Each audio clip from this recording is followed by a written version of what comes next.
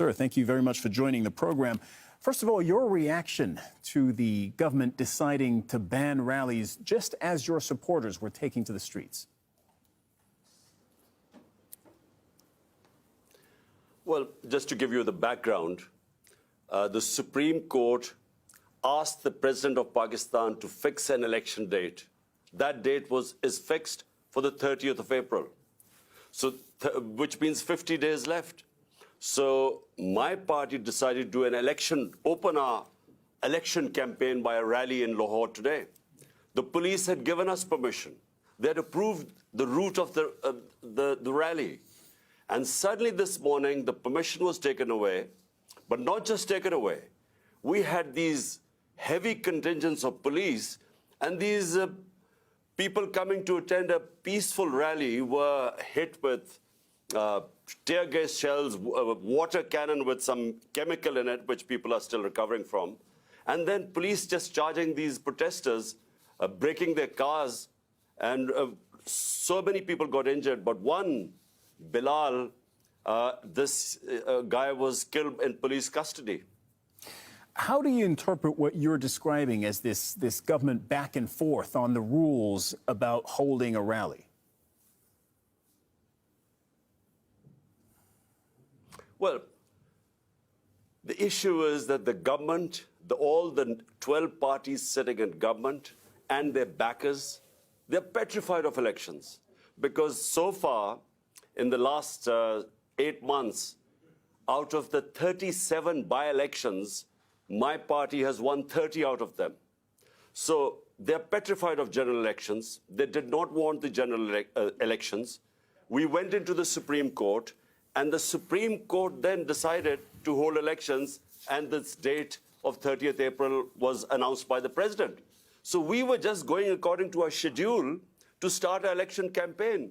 But it is clear that the government does not want election. The parties sitting in the government, they want to get out of the election. So my worry is that the idea was to create a law and order situation today, and we really restrained our workers. We called off the rally because we were scared that there would be people killed, and that would be used as a pretext to get out of the elections.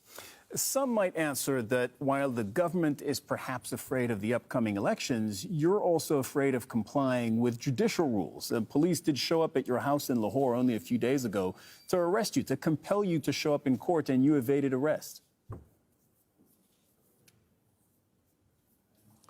Well, let me tell you something. So far, there are 76 cases against me. I'm charged for terrorism, charged for blasphemy, charged for sedition in these 77 cases. And these cases have been made in the last few months. So I've been going from one courtroom to the other.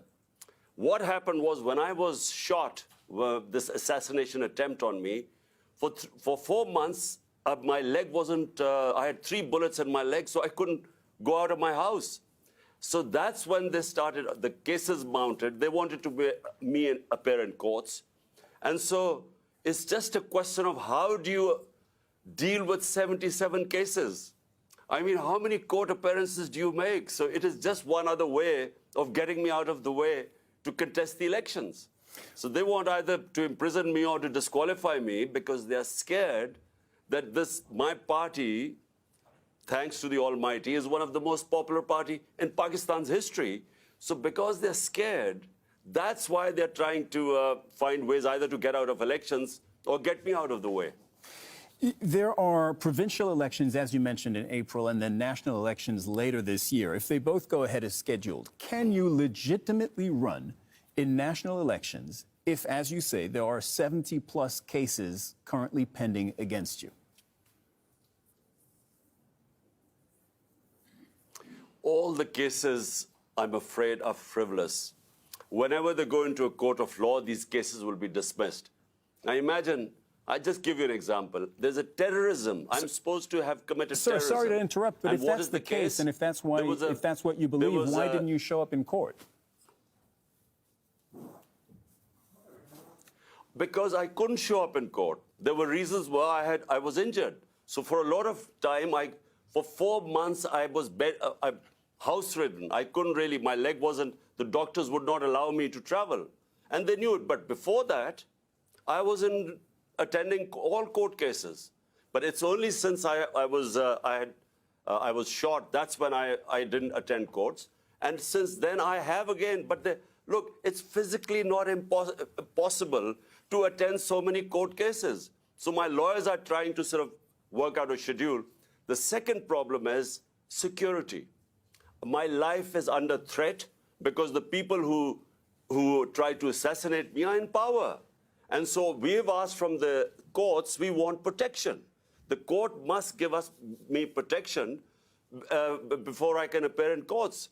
Because, I repeat, the people who I have nominated in my assassination attempt are sitting in power. Right, and just for our viewers, I want to make clear that they deny that, including the Prime Minister, who said he has nothing to do with the shooting against you late last year. How do you see the rest of this year playing out for you with these 2 elections coming up? Well, you know, the biggest concern right now for my political party is to protect me because there's a serious threat to my life. And the reason is, I repeat, that these people sitting in power are petrified of losing the elections, which they will, which is why they don't want elections. So the question is, how do I campaign and yet have a secure enough environment? Question is, how do I go to these courts? I made 3 court appearances, and unfortunately, there was just no protection there. That's why we've approached the court and said, look, there must be some police protection. But the problem is, the people who are supposed to protect me are the ones who are trying to kill me. But what's your plan for this year? Is it win elections and then ride it back into office and into power in Islamabad? Well, the elections, national elections, are scheduled for October. But because we were in power in 2 of the 4 provinces, we dissolved our assemblies here. And so to hold elections, so the Supreme Court then asked the president to give a date, which is 30th April. And on 30th April, we hope to contest in these 2 provincial assemblies, which we were already in power. And what we were hoping was that since it's 65% of Pakistan, these 2 provinces, there would be a national election. And the idea for national election is because our economy has gone into a tailspin. Pakistan is facing the worst economic crisis in its history. So the idea was to hold elections, which would then bring political stability and which would then bring economic stability.